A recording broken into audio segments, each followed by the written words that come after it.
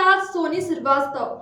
आज झारखंड में दुमका जिला में झामुमो कार्यकर्ता विरोध कर रहे हैं और ईडी पर सवाल भी खड़ा कर रहे हैं। इसी कड़ी में दुमका में झामुमो कार्यकर्ता ने दुमका बंद का आह्वान किया है। आइए देखते हैं क्या है पूरा मामला। झारखंड में ईडी लगातार जमीन घोटाले मामले में सीएम हेमंत सोरेन से पूछताछ के लिए समन भेज रही है। हाल के दिनों में लगातार 8 समन भेजने के बाद सीएम हेमंत सोरेन ने ईडी को सीएम आवास में पूछताछ के लिए बुलाया था, जहां उनसे लंबी पूछताछ की गई थी। जिसके बाद ईडी ने सीएम को एक और समन भेजकर ईडी कार्यालय पूछताछ के लिए बुलाया है, जिसके लिए आज झारखंड के दुमका जिले में झामुमो कार्यकर्ता विरोध कर रहे हैं और ईडी पर सवाल खड़ा कर रहे हैं।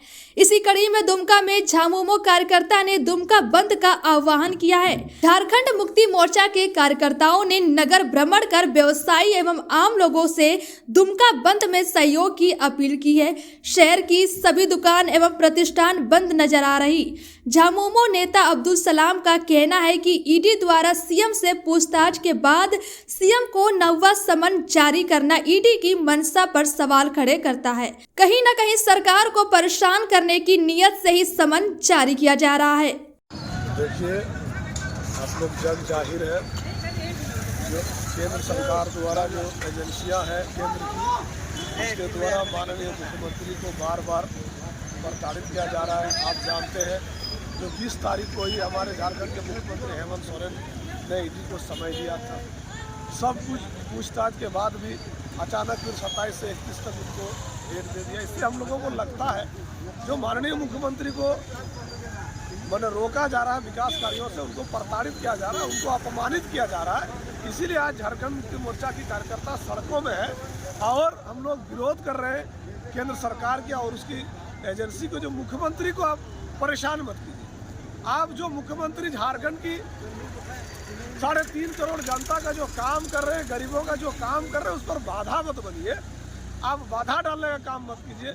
आप जो यहाँ विकास का काम हो रहा है, सड़कें की जाल बिछ रही है, इतने लोगों को पेंशन देने का काम किया है, युवाओं को शिक्षा देने के मामले में जो सरकार काम कर रही है, और ऐसे कामों को आज जो जनहित के काम है, ऐसे कामों को सरकार ईडी के द्वारा मुख्यमंत्री को प्रताड़ित करके आज इन कामों को रोका जा रहा है। और हम लोग अगर मुख्यमंत्री को अपमानित किया जाएगा, मुख्यमंत्री को अगर टॉर्चर किया जाएगा, मुख्यमंत्री को अगर झारखंड के काम करने से अगर रोका जाएगा, तो झारखंड मुक्ति मोर्चा की कार्यकर्ता रुकेगा नहीं, सड़कों पर रहेगा। आज दुमका बंद है, कल पूरा झारखंड बंद होगा।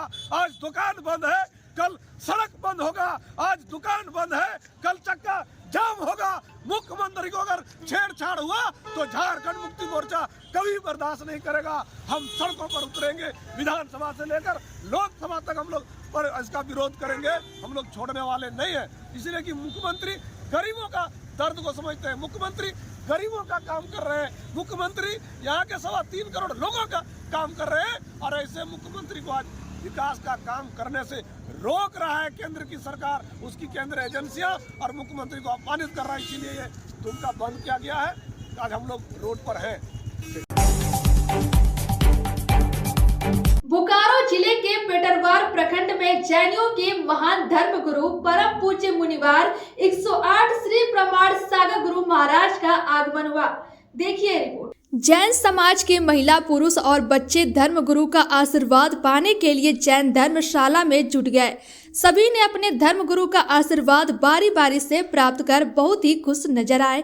वहीं धर्मगुरु सम्मेद शिखर में पैदल विहार करते हुए अपने धर्मगुरु आचार्य श्री 108 विद्यासागर जी महाराज के दर्शनार्थ डोंगरगढ़ यानी मध्य प्रदेश जाने के क्रम में पेटरवार पहुंचे, जहां गाजे बाजे के साथ जैन धर्मावलियों एवं अन्य भक्तों ने भी उनकी अगवानी की एवं आशीर्वाद प्राप्त की।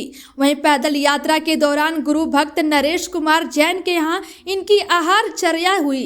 उन्होंने बताया कि गुरु महाराज सम्मेद शिखर से पैदल चलकर लगभग 900 किलोमीटर की पद यात्रा कर अपने गुरु महाराज के पास पहुंचेंगे। वहीं आचार्य श्री विद्या सागर जी के अन्य सभी शिष्यों के वहां पहुंचने की संभावना बताई जा रही है। इस मौके पर जैन समाज के अध्यक्ष मनोज कुमार जैन, शांतिलाल जैन, अजय कुमार जैन, पदमचंद जैन, जितेंद्र कुमार जैन, मंजू देवी, सीमा देवी, दीपिका जैन सहित कई धर्मावलंबी मौजूद थे। परम पूज मुनिवर 108 प्रमाण सागर जी महाराज गुणायतर प्रणेता सम्मेत शिविर से पैदल विहार करते हुए डोंगरगढ़ की जाने के रास्ते में करीब 900 किलोमीटर की पद यात्रा करते हुए पेटवार में इनका आगमन हुआ और इनका यहाँ निर्विघ्न आहारचर्या संपन्न हुई। इसके बाद ये आहारचर्या करने के बाद यहाँ पर सामायिक किए। सामायिक करने के बाद इन्होंने रांची जसपुर होते हुए डोंगरगढ़ की आगे की यात्रा शुरू की। डोंगरगढ़ जाने का क्या हुआ? डोंगरगढ़ जाने के लिए इनके अपने गुरु परम पूज्य 108 विद्यासागर जी महाराज से के दर्शनार्थ के लिए जा रहे थे। हाँ। क्या वहाँ और भी गुरुओं को पहुँचने की आशा है? संभवतः उनके पहुँचने की आशा है। क्या नाम हुआ इनका? आपका? नरेश कुमार जैन पेटवार। झारखंड के पड़ोसी राज्य बिहार में सियासत सत्ता की कुर्सी को हिला रही है। लग रहा है कि एक बार फिर नीतीश कुमार एनडीए में आ सकते हैं। इसको लेकर झारखंड के राजनीतिक गलियारों में बयानबाजी तेज है। देखिए रिपोर्ट। बिहार में राजनीतिक गतिविधि तेज है। पटना से दिल्ली तक दौड़ा दौड़ी हो रही है। नीतीश कुमार एक बार फिर बीजेपी के साथ आ सकते हैं। दरअसल यह मामला तो वैसे 1-1.5 महीने पहले से चल रहा था, इसलिए देखा गया होगा कि जेडीयू का राष्ट्रीय अध्यक्ष का पद नीतीश कुमार ने ले लिया। जननायक कर्पूरी ठाकुर की जयंती पर नीतीश कुमार ने जिस प्रकार से परिवारवाद पर हमला बोला, उससे साफ हो गया कि राजनीतिक धारा बदल रही है। वहीं कुछ दिख रहा है। गुरुवार को भी दिल्ली में बिहार भाजपा के प्रमुख नेताओं की बैठक अमित शाह के साथ हुई। गणतंत्र दिवस के दिन भी शाम में दिल्ली में महत्वपूर्ण बैठक हुई। पूर्व सीएम और हम के सुप्रीमो जीतन राम मांझी की पार्टी के नेताओं ने भी क्लियर कर दिया है कि वे लोग एनडीए के साथ है। केंद्रीय गृह राज्य मंत्री नित्यानंद राय भी जितेंद्र राम मांझी से मिल चुके हैं। बिहार में राजनीतिक गतिविधि तेज हो तो झारखंड शांत कैसे रह सकता है? यहाँ भी भाजपा के चेहरे पर चमक दिख रही है। उसका कहना है कि जिस प्रकार से परिवारवाद खत्म हो रहा है, झारखंड में भी इसका असर दिखेगा। की बयार देखी जा रही है, उसका क्या है? झारखंड से कनेक्शन कुछ बन रहा है? देखिए, वहाँ बिहार में जो परिवर्तन की बयार दिख रही है, उसका मूल कारण है कि परिवारवाद अब देश की राजनीति में चलने वाला नहीं है और वो खात्मा की ओर है। और नीतीश कुमार जी हमेशा से उसके विरोधी रहे हैं। और माननीय नरेंद्र मोदी जी हाल के दिनों में जिस तरीके से समाजवादियों के प्रति या समाजवादी के पुरोधा माननीय कर्पूरी ठाकुर जी को भारत रत्न दे करके समाज को समग्रता के रूप में परिष्कृत करने का काम पूरे देश भर में हुआ है, इसका प्रभाव अब पूरे देश में दिख रहा है। और जो वंशवादी परंपरा राजनीति में जो लोग लेके आ रहे हैं, कांग्रेस पार्टी से लेकर के कुछ क्षेत्रीय पार्टियां, जैसे यहाँ पर झारखंड मुक्ति मोर्चा हो चाहे आरजेडी हो, ये सब पार्टियां का खात्मा होना अब तय है। और मुझे लगता है ये 2024 के चुनाव में इन परिवारवादियों के विचारक जो लोग हैं, जिस विचार को आगे बढ़ाना चाहते हैं, इनका खात्मा होगा और इनके सांसद अगली बार दिखाई नहीं देंगे। पार्लियामेंट में इनको माइक्रोस्कोप लगाने की जरूरत पड़ेगी। झारखंड में राजनीतिक बयानबाजी और आरोप प्रत्यारोप तो यहाँ चल ही रहे थे। भाजपा लगातार सत्तारूढ़ गठबंधन के घटक दलों झारखंड मुक्ति मोर्चा कांग्रेस पर हमला करती रही है।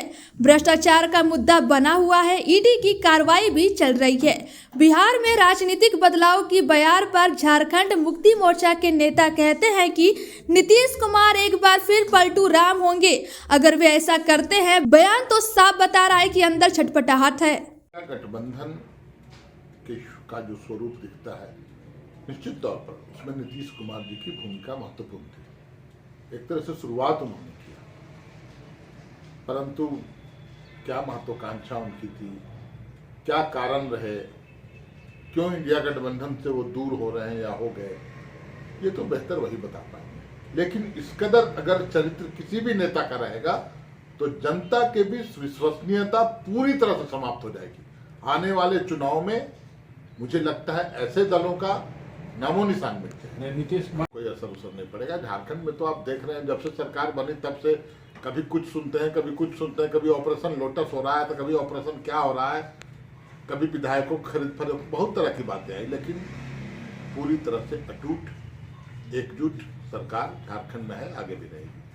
बिहार में जो हो रहा है, लेकिन जो राष्ट्रीय पार्टी, जो थैली साहों की पार्टी, उद्योगपतियों की पार्टी, जो दिल्ली में सत्ता में काबिज है, ये सब खेल उन लोगों का है।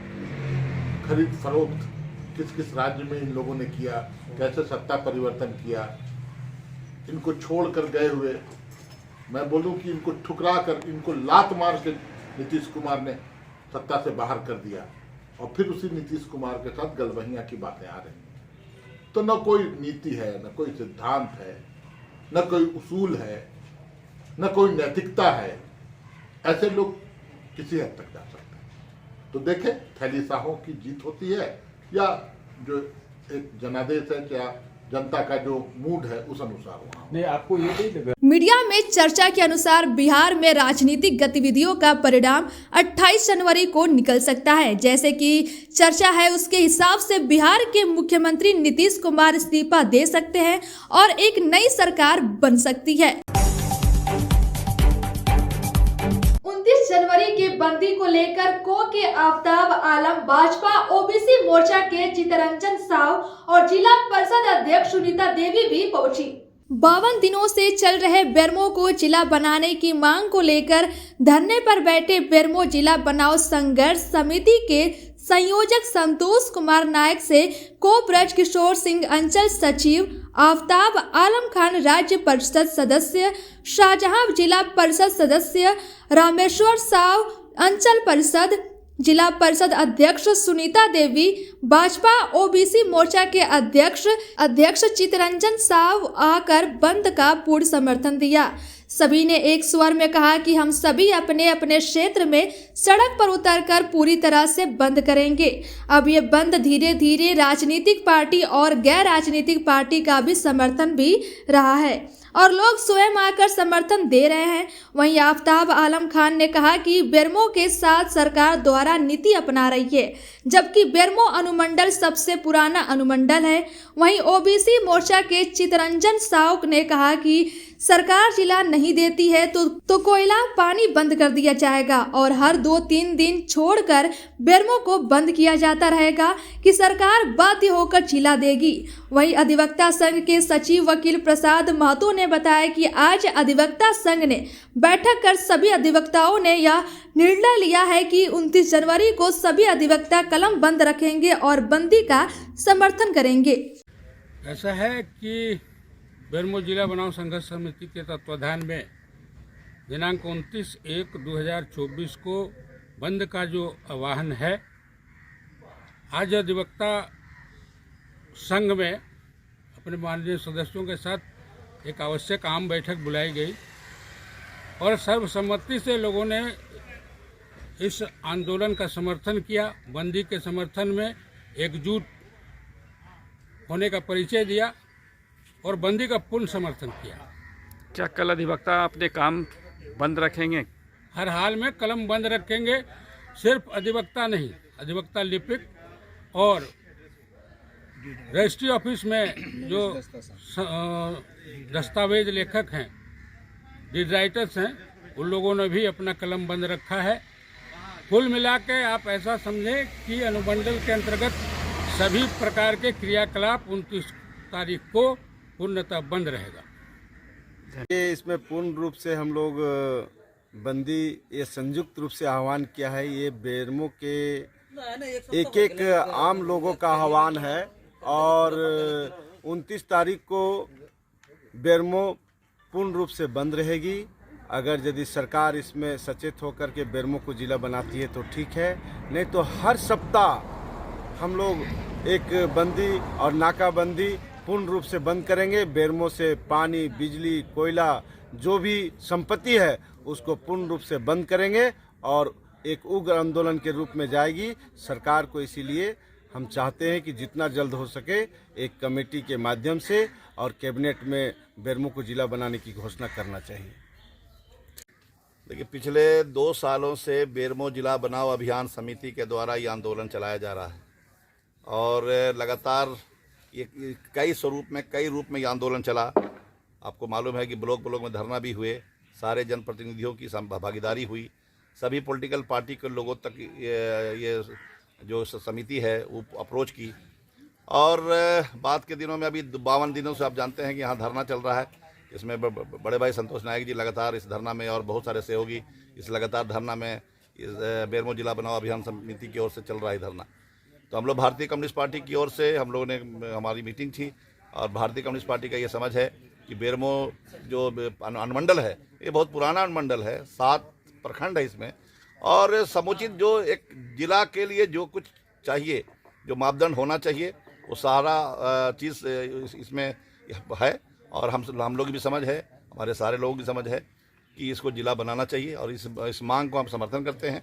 और इसीलिए हम लोग आने वाले दिनों में जो 29 तारीख को जो बेरमो अनुमंडल को जिला बनाने को लेकर जो बंदी है उसका भी हम लोग समर्थन करते हैं। उसी समर्थन के लिए हम लोग ने पेपर में भी प्रेस कॉन्फ्रेंस के माध्यम से बताया और आज हम लोग धरना स्थल पर आकर के हमारे कम्युनिस्ट पार्टी का प्रतिनिधिमंडल, जिसमें हमारे बचकिशोर सिंह जो बेरमो के लोकल कमेटी सेक्रेटरी हैं, हमारे ट्रेड यूनियन और पार्टी के रामेश्वर साहब जी हैं, मोहम्मद शाहजहाँ जी हैं, वरिष्ठ पार्टी के नेता हैं, मैं स्वयं आफ्ताब आलम कम्युनिस्ट पार्टी की ओर से हम सब लोग धरना में आकर के जो धरना में जो साथी लोग हैं उनको बधाई भी देना चाहते हैं और इसकी पूर्णतः समर्थन की घोषणा करते हैं। धन्यवाद।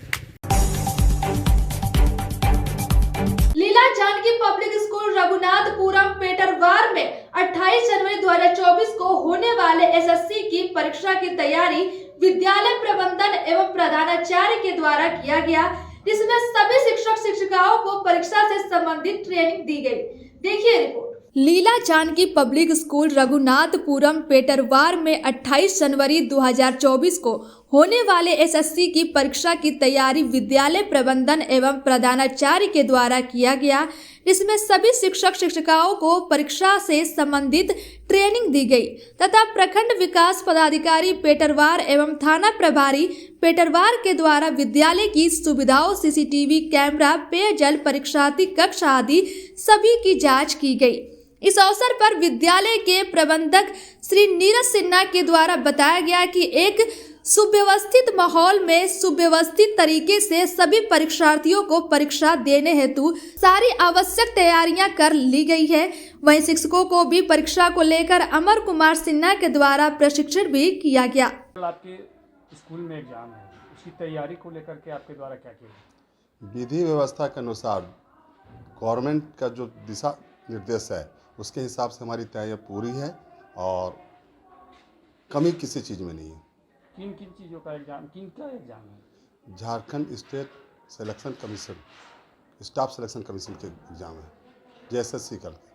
सीसीटीवी कैमरा इत्यादि टोटल 17 रूम्स मेरा अलॉट है, 17 रूम्स मेरा CCTV कैमरा है, इंक्लूडिंग कंट्रोल रूम।